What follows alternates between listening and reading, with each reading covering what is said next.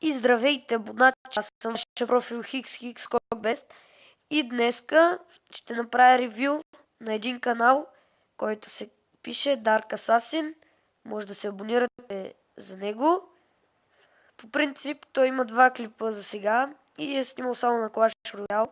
Аз съм ги изгледал и двете са победи. Доста е добър и силен. Така че доста ще се радвам, ако се абонирате за него. Исках само това да ви кажа. Може да му погледнете канал. За повече информация ще ми пишете. И аз го познавам до някъде. И ще му кажа, той да ми обясни за повече информация и да ви кажа на вас каквито въпроси имате. И това общо взето исках да ви покажа. Ако искате, сега ще ви пусна един от неговите клипове набързо, да видите как гадно ги побеждава. Ето сега ще отидем на последното да видите с фаербола как ги взима. Ето тук виждате.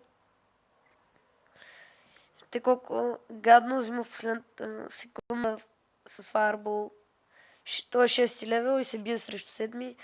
Аз по малкия му профил, който е 4, е взел, мисля, че 7, доколкото си спомням, като бях гледал. Сега ще ви покажа последно, като е победил. Ето, тук го е задържал. Да, 7 срещу 4 левел. Как да го намерите? Сигурно това ви е въпрос. Ами, отивате в търсачката на YouTube, пишете с главни букви, секунда, Dark Assassin.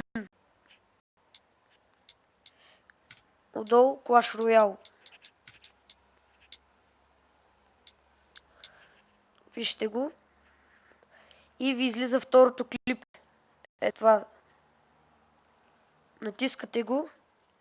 И ето го неговия канал. Надявам се клипчето да ви е харесал. Ако е така, дайте палец нагоре. Абонирайте се за него. Както казах, много ще ме зарадвате. И до следващото клипче. Чао!